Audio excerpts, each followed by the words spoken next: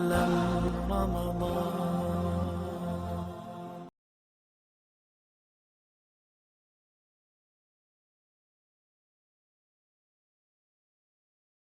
باب الصائم یصبح جنبن، روزہ دار جب صبح کرے جنابت کی حالت میں تو پھر اس کو کیا کرنا چاہیے؟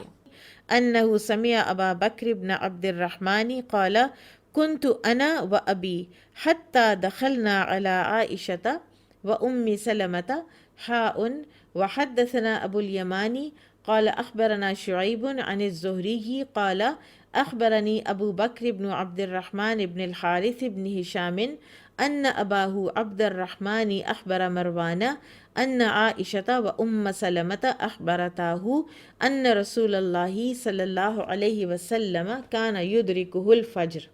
اب ابو بکر بن عبد الرحمن سے روایت ہے کہ انہوں نے کہا کہ میں اور میرے والد عائشہ رضی اللہ عنہ اور ام سلمہ رضی اللہ عنہ کی خدمت میں حاضر ہوئے۔ دوسری سند کے ساتھ یہ ہے کہ عبد الرحمن نے مروان بن حکم کو عائشہ اور ام سلمہ رضی اللہ عنہما کے حوالے سے بتایا کہ رسول اللہ صلی اللہ علیہ وسلم بعض اوقات آپ کو فجر کا وقت ہو جاتا وَهُوَ جُنُبٌ مِّنْ أَهْلِهِ، جب کہ آپ اپنی بیویوں کے پاس جانے کی وجہ سے حالت جنابت میں ہوتے۔ ثُمَّ يَغْتَسِلُ، پھر آپ غسل کرتے، وَيَصُومُ، اور آپ روزہ رکھتے۔ وقال مروان، اور مروان نے کہا لعبد الرحمن بن الحارث، عبد الرحمن بن حارث سے، اقسم باللہ، میں تجھے اللہ کی قسم دیتا ہوں، لتفزعن بها ابا ہریرہ، کہ ضرور تو ابو ہریرہ کو یہ بات بتائے گا، تو ڈرائے گا ابو ہریرہ کو اس کے ذریعے۔ ومروان یومئذ علی المدینہ، اور ان دنوں میں مروان مدینہ کا گورنر تھا۔ فقال ابو بکر، تو ابو بکر کہتے ہیں، فکریہ ذالک عبد الرحمن، تو عبد الرحمن کو یہ ناپسند ہوا کہ میں ابو ہریرہ کو آر دلاؤں کہ آپ کچھ اور کہتے ہیں اور ازواج مطہرات کچھ اور فرما رہی ہیں۔ ثم قدر لنا، پھر ایک یعنی ہمارے لیے تقدیر میں یہ لکھ دیا گیا، یعنی یہ بات ایک ہماری مینج ہو گئی، ان نجتمع، کہ ہم جمع ہو گئے، بذی الحلیفۃ، ذی الحلیفہ کے مقام پر۔ وکانت لابی ہریرہ، اور ابو ہریرہ کی تھی ہنالک، وہاں پر، اردن، زمین۔ فقال عبد الرحمن لابی ہریرہ، تو عبد الرحمن نے اس وقت پھر ابو ہریرہ سے کہا، انی ذاکر، میں بے شک ایک بات کرنے لگا ہوں، لکا، آپ سے، امرن، ایک معاملے کی، ولولا مروان، اور اگر نہ ہوتا مروان، اقسم علیہ، اس نے قسم نہ دی ہوتی اگر مجھے، فیہ، اس بارے میں، لم اذکرہ لک، تو میں آپ سے اس کا ذکر کبھی نہ کرتا۔ یہ ادب ہے ایک استاد کا کہ میں آپ کو کبھی اس بات کا عار نہ دلاتا کہ آپ غلط کہہ رہے ہیں۔ فذکر قول عائشہ و ام سلمہ، اور پھر انہوں نے ذکر کیا عائشہ اور ام سلمہ کا قول۔ فقال، تو وہ کہنے لگے، کذالک حدثنی الفضل بن عباس وہو اعلم، تو ابو ہریرہ نے کہا کہ مجھے فضل بن عباس نے اسی طرح بتایا تھا اور وہ زیادہ جانتے ہیں۔ وقال حمام وابن عبد اللہ بن عمر عن ابی ہریرہ کان النبی صلی اللہ علیہ وسلم یأمر بالفطر والاول اسند، اور پھر ابو ہریرہ سے ایک روایت ہے کہ نبی صلی اللہ علیہ وسلم ایسے حالات میں روزہ افطار کر دینے کا حکم دیتے تھے، یعنی اگر کسی کو جنابت کی حالت میں فجر ہو گئی ہے تو۔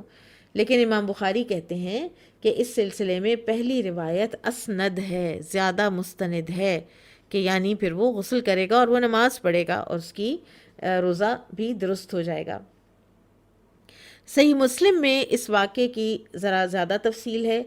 ابو بکر بن عبد الرحمن کہتے ہیں کہ میں نے ابو ہریرہ رضی اللہ عنہ سے ایک مرتبہ سنا کہ جو شخص صبح کے وقت بحالت جنابت ہو وہ روزہ نہ رکھے، تو میں نے اس بات کا ذکر اپنے باپ عبد الرحمن بن حارث سے کیا تو انہوں نے اس موقف کا انکار کیا اور مجھے عائشہ اور ام سلمہ رضی اللہ عنہما کے پاس لے گئے، اور ان دونوں ازواج مطہرات نے فرمایا کہ بسا اوقات رسول اللہ صلی اللہ علیہ وسلم صبح کے وقت بحالت جنابت ہوتے، لیکن آپ روزہ رکھ لیتے۔ پھر جب ابو ہریرہ کے پاس ازواج مطہرات کے فتویٰ کا ذکر ہوا تو انہوں نے فرمایا کیا واقعی انہوں نے ایسا کہا ہے؟ تو عرض کیا گیا کہ ہاں۔ تو ابو ہریرہ رضی اللہ عنہ نے فرمایا وہ اس سلسلے میں مجھ سے زیادہ جانتی ہیں، میں نے براہ راست رسول اللہ صلی اللہ علیہ وسلم سے یہ بات نہیں سنی، بلکہ مجھے فضل بن عباس نے بتائی ہے۔ اور اس کے بعد ابو ہریرہ رضی اللہ عنہ نے اپنے موقف سے رجوع کر لیا، اور رجوع کرنا تو ان لوگوں کو کوئی آر ہی نہیں ہوتا تھا، اور کبھی وہ اپنی کسی بات پر اڑے نہیں۔ کبھی یہ نہیں ہوا کہ کوئی ایسی بات کہی جائے کہ یہ بات آپ کی غلط ہے اور نبی صلی اللہ علیہ وسلم نے ایسا نہیں کیا تھا اور وہ اس پر اڑیں، یہ تو ہو ہی نہیں سکتا۔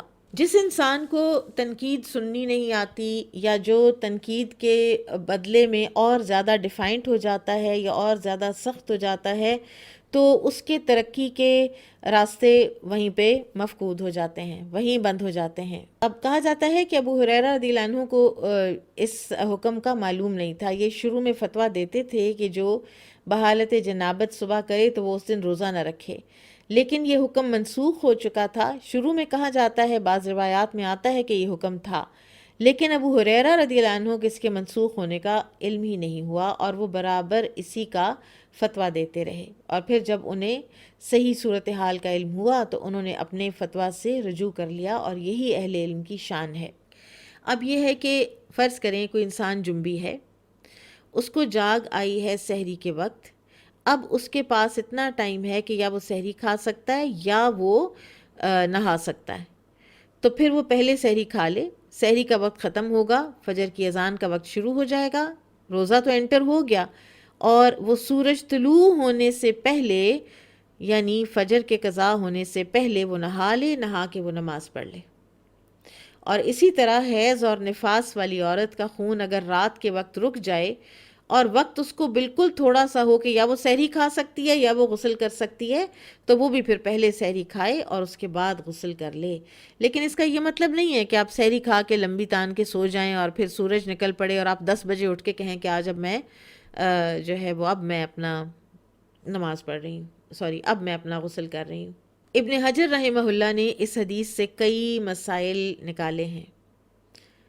مثلاً وہ کہتے ہیں کہ اس حدیث سے ہمیں یہ پتہ چلتا ہے کہ علماء کرام کا امرائے وقت کے پاس جا کر علمی مذاکرہ کرنا چاہیے، تاکہ ان کو بھی ایجوکیٹ کیا جائے، جیسے علماء مروان کے پاس تھے۔ پھر یہی کہ اگر کسی چیز میں شک پڑ جائے تو اہل علم کی طرف رجوع کرنا چاہیے۔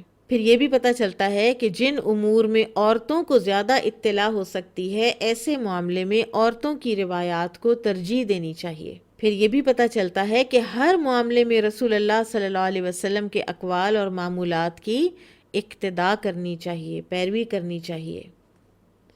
اور یہ بھی کہ اختلاف کے وقت کتاب و سنت کو اتھارٹی، لاسٹ اتھارٹی قرار دینا چاہیے۔ اور پھر ابو ہریرہ رضی اللہ عنہ کی فضیلت بھی ثابت ہوتی ہے، جنہوں نے حق کا اعتراف کیا اور رجوع کر لیا۔